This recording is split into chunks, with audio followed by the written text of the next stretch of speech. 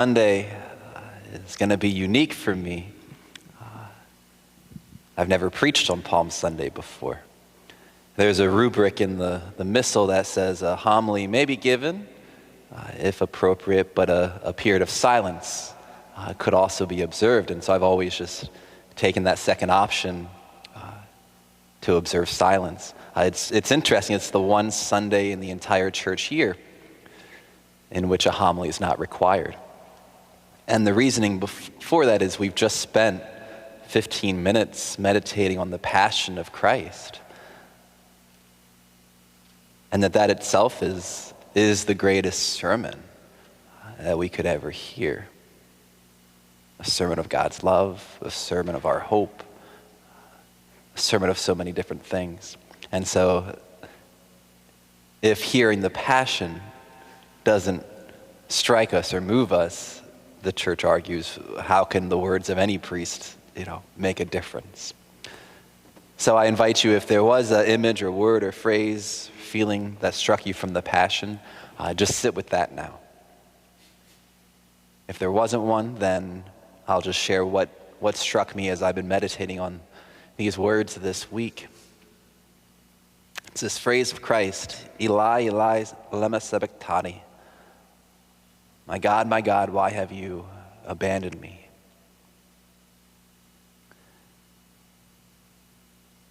St. Matthew only records one phrase of Christ from the cross.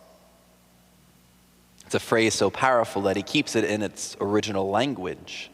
Very rarely does he do that. It's a phrase that's so important that in the midst of that suffocating crucifixion, he emphasizes that Jesus said it in a very loud voice. How Jesus was able to make a loud voice here at 3 o'clock, right at the hour of his death, I don't know. But he cries out, Eli, Eli, lema sabachthani. My God, why have you abandoned me? These are obviously the very first words of Psalm 22. It gives us an insight into the crushing weight of loneliness that Jesus is allowing himself to feel, to experience. We know that the Psalms were part and parcel of the Jewish life and of their prayer, and that they had them memorized. And the rule was if one person starts the psalm, everybody else would pick up and pray it. And so here's Jesus starting Psalm 22, and you have to imagine those faithful Jews who were there beginning to pray it, whether out loud or in their hearts.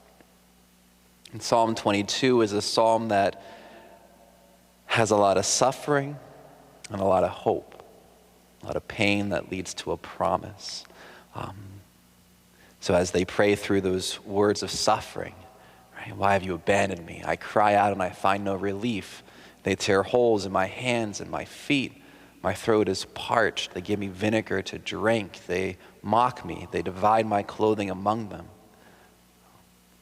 It's interesting, this psalm was composed centuries before crucifixion was ever invented, which shows just how prophetic it was. But after those cries of suffering of the psalmist, there are then cries of hope and of praise. The psalmist makes all these kinds of prayers of praise to the Lord, and eventually the very last verse of the psalm is that we will now tell the generation that is coming in such a way that they will then be able to inform the generation not even born yet of how God has saved us here and now. That Psalm 22 has this tension between the suffering, the loneliness, the pain of the here and now, with its promised life and fulfillment that is to come. And so it moves from loneliness to hope, from suffering to trust, from pain to promise. Eli, Eli, lema sabachthani. My God, why have you abandoned me? I think this psalm was the words that struck me the most as I prayed through the Passion this year, because You hear of the scenes right now of so many dying or suffering in that place of loneliness. Right? That feeling of abandonment, that no one's allowed, visitors, family, friends can't come to the hospital to be with others that they love. Or I think of those who are suffering even in their homes, in this quiet suffering that the psychological, the emotional stressors can be sinking in and causing that pain of loneliness to be felt in a very powerful way.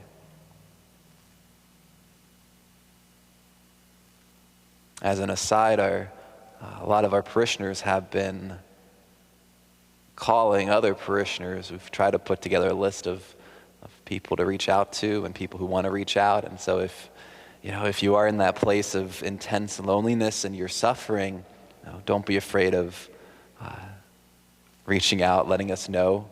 We have a bunch of people that want to call, there's not much we can do right now except just have, connection via phone, via video chats.